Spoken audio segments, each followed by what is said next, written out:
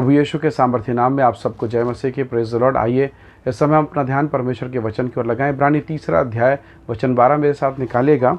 यहाँ इस प्रकार से लिखा है, हे भाइयों, चौकस रहो कि तुम में ऐसा बुरा और अविश्वासी मन ना हो जो तुम्हें जीवते परमेश्वर से दूर हटा ले जाए। Praise the Lord. हालेलुया। क्या कभी ऐसा हो सकता है कि कोई प्रभु यीशु मसीह की संगति करे और नाश हो जाए? शायद आपका जवाब नहीं होगा। अगर मैं आपसे पूछूं कि क्या कोई प्रभु के साथ चलते हुए, परमेश्वर के संगति में चलते हुए क्या कोई आत्मा नाश हो सकती है, तो हम में से बहुतों का जवाब नहीं होगा। परंतु यदि हम बाइबल को देखें तो आप यहूदा इस्करियोती के जीवन को देखकर क्या कहेंगे? इस इतिहास का, इस पूरे संसार में यदि कोई शक्तिशाली कोई प्रचारक रहा, वो प्रभु यीशु मसीह, जिसकी उपस्थिति में पापी, व्यभिचारिणी लोग, महसूल लेने वाले लोग बदल गए। परंतु जरा देखिए कि जिसको एपोस्टल बनाया, जिसको प्रेरित बनाया, जिसको चमत्कार करने का अधिकार दिया, यहूदा इस्करियोती, ऐसा व्यक्ति निकला जिसने खुद यीशु मसीह को पकड़वा दिया और फांसी लगाकर मर गया। परमेश्वर के लोगों, परमेश्वर का वचन हमें चिंता के विषय में सिखाता है कि हम चिंतित हो जाएं अपनी आत्मा के विषय में, अपने परिणाम के विषय में। देखिए, एक दौड़ने वाला रेस तो शुरू कर देता है, पर क्या रेस शुरू हो जाने से उसका जीत पाना या फिर मेडल प्राप्त कर लेना, क्या ये कंफर्म है? नहीं। जब तक वो उस लक्ष्य तक, उस मुकाम तक ना पहुँचे, उसका जीतना या हारना कोई भी बोल नहीं सकता।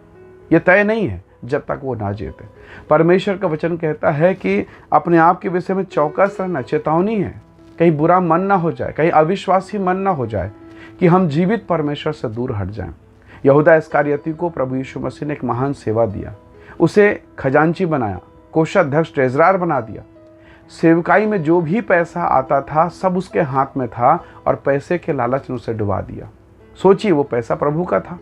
यहूदा इस्करियोती का तो बिल्कुल भी नहीं, उसने कमाया भी नहीं। प्रभु काम करते, लोगों का दिल खुलता, लोग देते, सारा पैसा आज यहूदा के हाथ में है। पर उस पैसे को देखकर वो बेईमान हो गया, उसकी नीयत खराब हो गई और वो इस कदर नीयत में उसका नीयत इस प्रकार खराब हो गया कि अंततः उसने प्रभु यीशु मसीह को पैसों के लिए बेच डाला। परमेश्वर के लोगों, एक सवाल फिर से है कि क्या कोई प्रभु के साथ चलते चलते बिगड़ सकता है? यहूदा का जीवन हमारे लिए उदाहरण है। परमेश्वर के साथ चलना, चर्च में जाना, संगति में जाना एक अलग विषय है, पर संगति में जाकर उस संगति के अनुसार बनना दूसरा विषय है। आप पुराने नियम के कई कैरेक्टर को जानते हैं। गेहजी के विषय में एलीशा, हम अक्सर कहते हैं कि अगर अभिषिक्त व्यक्ति के साथ कोई रहे तो उसका जीवन और अभिषेक से बढ़ता चला जाएगा। पर गेहजी एलीशा का शिष्य है।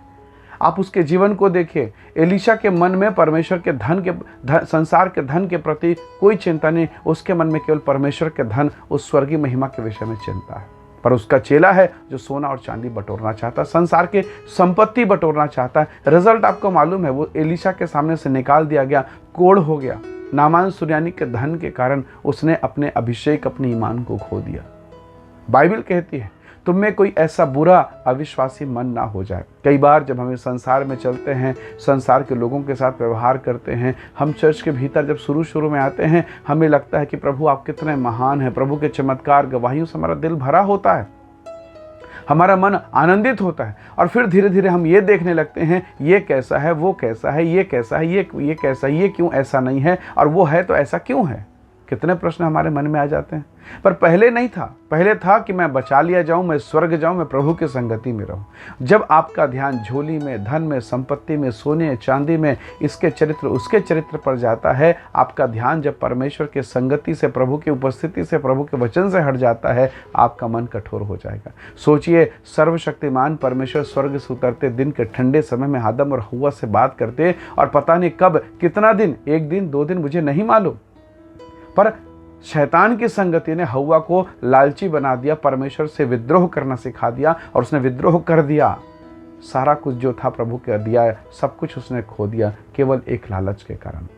परमेश्वर के लोगों, हमें अपने मन के विषय में चौकस रहना है। बाइबल कहती है सबसे अधिक अपने मन की चौकसी कर, इसी का ध्यान रख, क्योंकि जीवन का मूल स्रोत वही है। नीति वचन का लिखने वाला स्पष्ट कहता है। इसलिए हमें सावधान होना है, चौकस रहना है, चौकन्ना रहना है। हव्वा, आदम परमेश्वर के साथ प्रतिदिन की संगति, पर एक और संगति से जो छुप के था, चुपचाप था, चोरी छिपे था और उस संगति ने उसको बिगाड़ दिया। सोचिए, क्या प्रभु की संगति से वो छोटी संगति शक्तिशाली हो गई? नहीं, वास्तव में आदम और हव्वा का जीवन उस गलत संगति में था, इसलिए वो बर्बाद हो गए। परमेश्वर के लोगों, प्रभु के लोगों, गेहजी, हव्वा, ये सब एग्जाम्पल हैं। यहूदा इस्करियोती, ये सब उदाहरण हैं। कल हमने डेली मन्ना में मैंने आप लोगों से बात किया कि किस प्रकार से मसूर की दाल के कारण एसाव ने अपने अभिषेक को तुच्छ जाना। परमेश्वर के लोगों, हमें सावधान होना है।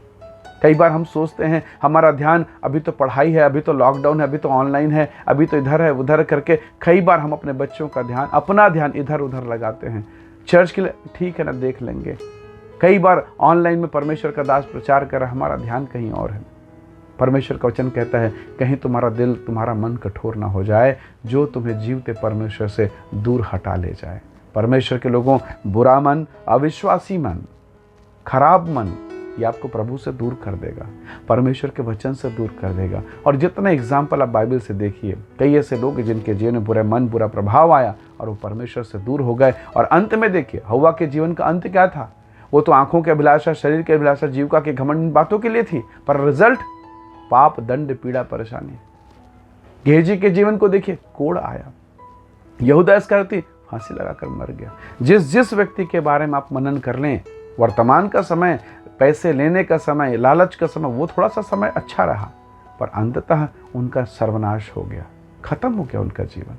इसलिए प्रभु के लोगों, बाइबल कहती है संतोष सहित भक्ति सबसे बड़ी कमाई है। न इस संसार में हम कुछ लेकर आए और न इस संसार से हम कुछ लेकर जा सकते हैं। जो जीवन दिया है भक्ति के साथ, ईमानदारी के साथ, पवित्रता के साथ बिताएं। दिन बुरे हैं प्यारों, और इस बुरे दिन में हमें खराई के साथ परमेश्वर के साथ चलना है, ताकि हमें वो अनंत काल का जीवन मिल सके जिसे देने के लिए यीशु आया।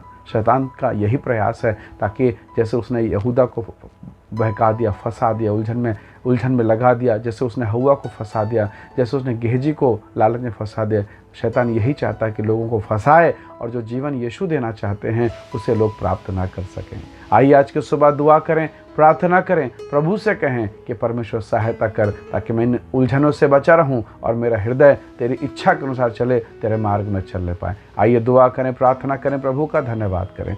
प्रेमी अनुग्रहकारी स्वर्गीय पिता, मेरे प्रिय लोगों पर दया कर, अनुग्रह कर, आशीष दे प्रभु, कि हमारा हृदय तेरे अनुसार हो, बुरा मन, अविश्वासी मन होने ना पाए, पर प्रभु तेरे मार्ग में हम चलें, आशीषित हों और स्वर्गीय महिमा में पहुंच सकें। ऐसा अनुग्रह प्रभु यीशु के नाम से आप कीजिए पिता। हम महिमा और आदर आपको देते हैं, धन्यवाद के साथ विनती उद्धारकर्ता यीशु के नाम से मांगते हैं, आमीन आमीन। प्रभु आप सबको बहुत ऐसे आशीष दे। बहुत धन्यवाद। जय मसीह की। Praise the Lord.